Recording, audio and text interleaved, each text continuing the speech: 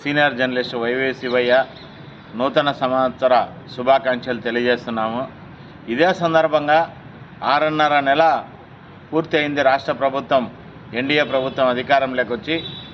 గత ప్రభుత్వంలో ఉద్యోగులు ఏ విధంగా అయితే పనిచేస్తూ ఉన్నారో ఈరోజు కూడా ఉద్యోగుల పనితీరులో కానీ పని ప్రభావంలో కానీ ఏమాత్రం మార్పు కనపడడం లేదు.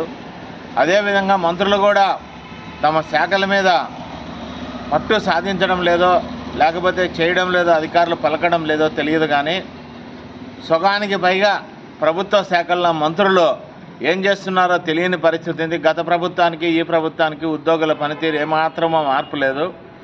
అది మంత్రుల ప్రభావమా మంత్రుల చేతకాంతనమా తెలియడం లేదు.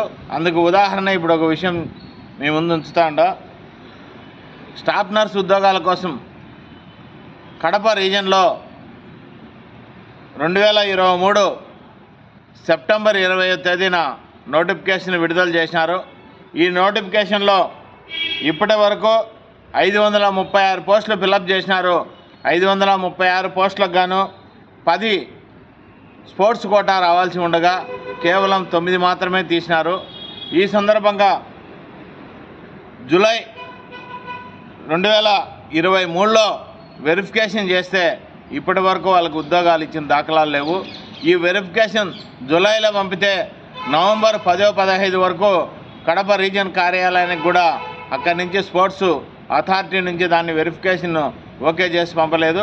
వీళ్ళకి పంపించిన తర్వాత 40-45 రోజులు అయినప్పటికీ ఇప్పటికి కూడా ఇంతవరకు ఆ సెలెక్ట్ అయిన అభ్యర్థులకు ప్లేసులు కానీ అపాయింట్మెంట్ కానీ ఇవ్వడంలే.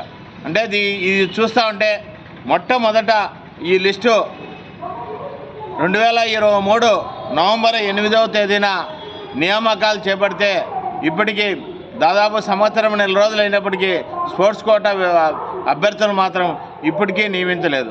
అటు వైద్య ఆరోగ్య శాఖ కానీ ఇటు స్పోర్ట్స్ యువజనులు క్రీడా రంగంలో కానీ అధికార యంత్రాంగం గత ప్రభుత్వంలో ఎలా పనిచేస్తున్నారో ఇప్పుడు అలాగే పనిచేస్తున్నారనడానికి ఈ పనితీరే నిదర్శనం.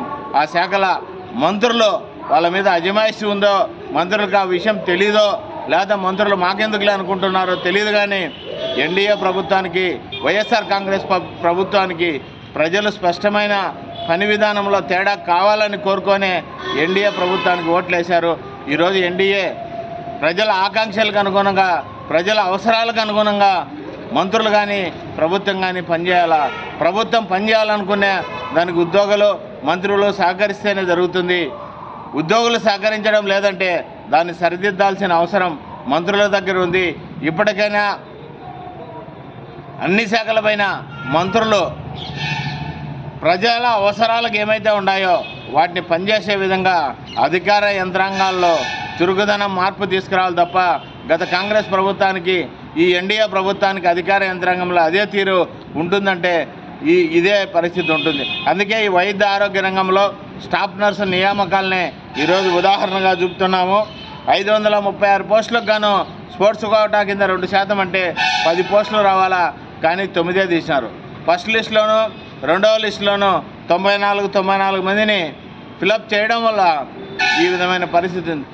100 నింటే కూడా 10 మందికి పోస్టులు వచ్చే అవకాశం ఉంది. ఇట్లా కొదవ పెడుతూ మరో ఈ విధంగా చేస్తూ ఉన్నారు. రెండో అంశం ఏమంటే ఈరోజు క్రీడా రంగానికి ప్రభుత్వం అధిక ప్రాధాన్యతని ఇస్తానని 2% నుంచి 3% ఉద్యోగాల నియామకాల్లో ప్రాధాన్యత ఇస్తానని ప్రకటించింది. ఈ విధంగా అయితే ఏడాది 2 నెలలు అయినప్పటికీ ఇప్పటికి ఇంకా దీంట్లో క్రీడా రంగంలో మంజూరైన వాళ్లకు పోస్టింగ్ ఇవ్వలేదంటే ఉట్టుకెక్కలేని స్వర్గానికి ఎక్కుతానా అన్నట్లు 2% ఈ విధమైన పరిస్థితి ఉంటే ఇంకా 3% ఇచ్చినా ఎప్పుడు తీస్తారు? ఇది ఈ హామీలకు అనుగుణంగా ప్రభుత్వ యంత్రాంగంతో పని చేయించాల్సిన అవసరం మంత్రివర్గం పైన ఆయా శాఖల మంత్రుల పైన ఉంది. ఇప్పటికైనా స్పందించి సకాలంలో చేయాల్సిన అవసరం ఉంది. ఇంకొకటి కూడా చెప్తున్నాము, ఉద్యోగులు సుమారు 8-10 నెలలు స్పోర్ట్స్ కోటా అభ్యర్థులకు రాలేదంటే ఒక్కొక్కరికి 40,000 చొప్పున 8 44 లక్షల రూపాయలు తమకు రావాల్సిన వేతనాన్ని కోల్పోతున్నారు. దీన్ని ఒకసారి ఆలోచించాల్సిన అవసరం ఉంది. ఈ ఉద్యోగులు కూడా నిరుద్యోగులే. ఉద్యోగ అవకాశాలు వచ్చిన తర్వాత ఇంత దుర్మార్గంగా అధ్వానంగా పనిచేయడం మరింత ఇబ్బందిగా ఉంది. అయితే దీంట్లో ఎవరైనా కానీ అభ్యర్థులను పిలిచి అయ్యా మేము జీతాలు ఇవ్వడం లేదు అడుక్కోవడానికి సిద్ధంగా ఉన్నాం, ఒక నెల అర్ధ నెల 1.5 నెల మాకు ఇట ముడుపుల రూపంలో పారదంగడి మేము పనిచేస్తామంటే సెలెక్ట్ అయిన అభ్యర్థులు ఎవరైనా ఇవ్వడానికి సిద్ధంగా ఉంటారు.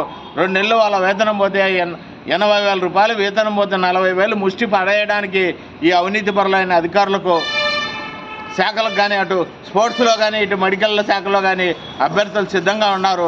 దానికైనా అధికార యంత్రాంగం స్పందించాల్సిన అవసరం ఎంతైనా ఉంది.